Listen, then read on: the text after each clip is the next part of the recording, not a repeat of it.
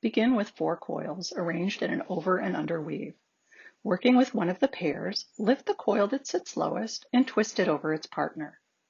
Continue that pattern for the other 3 pairs.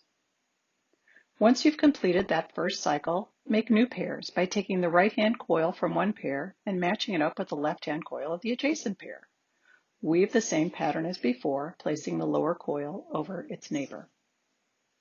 Then make one last new pairing, which might require pulling or stretching out the coils to make the reach, and that's fine.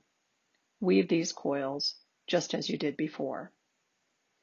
When you've completed this turn, pinch the ends of each pair together, join them into the center, and then flip the loaf over to reveal the beautiful round basket weave challah ready for the next rise.